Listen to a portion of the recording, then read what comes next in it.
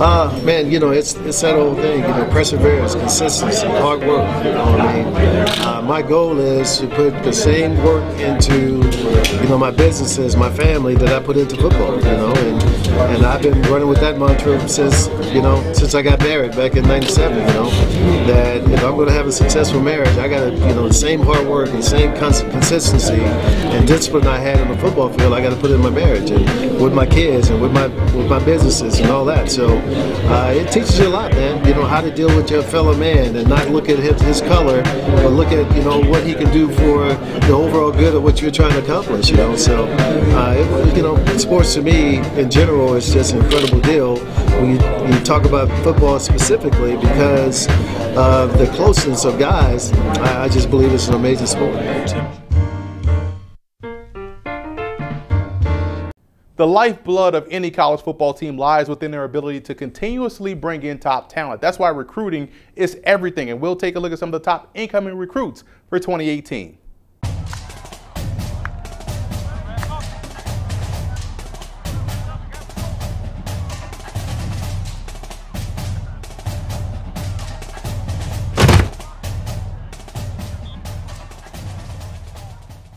Albany head coach Greg Gattuso's Great Danes are known for their ability to dominate along the line of scrimmage, especially offensively. So adding a tight end like Thomas Greeny, who's an extension of an offensive lineman as a tight end, you already know what type of player he is. What's impressive about his game is that he's a terrific receiver, one that knows how to play big, which comes in handy inside the red zone. And like I alluded to earlier, going to Albany under Coach Gattuso, you better be able to be a physical point of attack player, and that's another area of his game where he excels.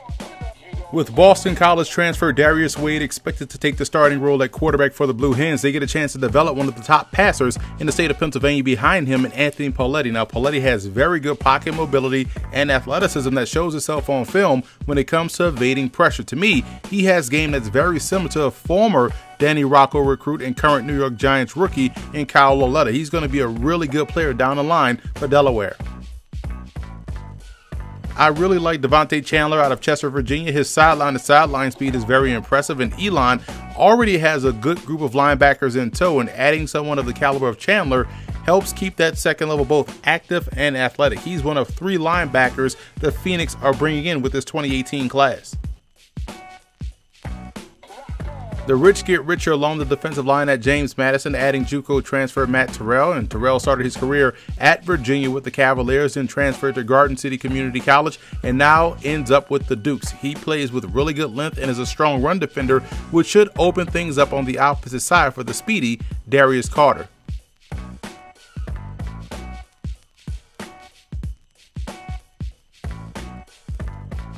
The Maine Black Bears just put an offensive lineman into the NFL with Jamil Demby getting drafted by the Los Angeles Rams. And if Tyree Francois can continue to build on what he put on film back in high school, I can totally see him being the next one. For a 6'7", 335-pounder to move as effortless as he does, it doesn't make sense how good he is on film. He has the raw skills to be successful, and once he gets acclimated to a college strength and conditioning program, he can become even better. I think Charles Briscoe III has immediate impact talent for the New Hampshire Wildcats. He shows good polish on tape with his route running and the ability to separate downfield, and also the ability to take a short pass, along with he can even help out in a return game. He's going to cause fits for opposing secondaries in the CAA.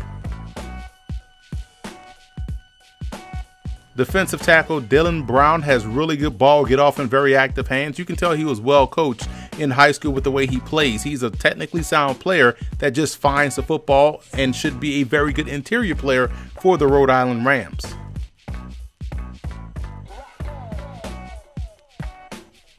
The Richmond Spiders get a very good player out of the Philadelphia area in linebacker Philip O'Connor. Speed is his forte along with his quickness and burst to the football. I think he can even add about 10 to 15 pounds without losing all of that speed and athleticism. O'Connor shows above average ability on both ends of defense and can more than hold his own at any one of the 3 backer spots.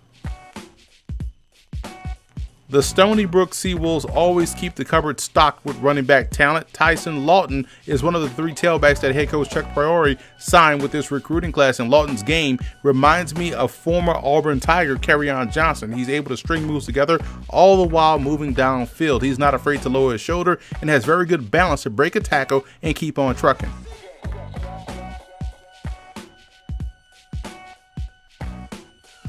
I think Towson got themselves a bona fide stud in quarterback Jeff Miller. He can accurately make any throw he wants to on a football field. He also is a physically tough player in the pocket, and judging by his high school film, Miller will be an excellent player at Towson with a chance to become a premier player at the position within the CAA.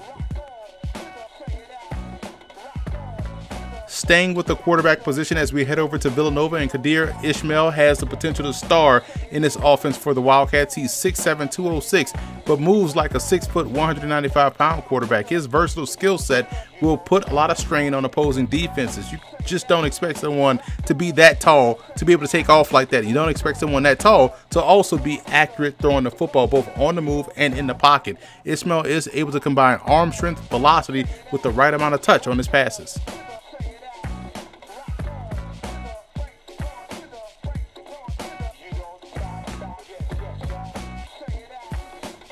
Ryan Poole definitely fits the mold of a William & Mary defensive back, instinctive, athletic, and one that can take the ball away. For a high school corner, he shows collegiate level savvy at the position and should develop into a fine player for the Tribe.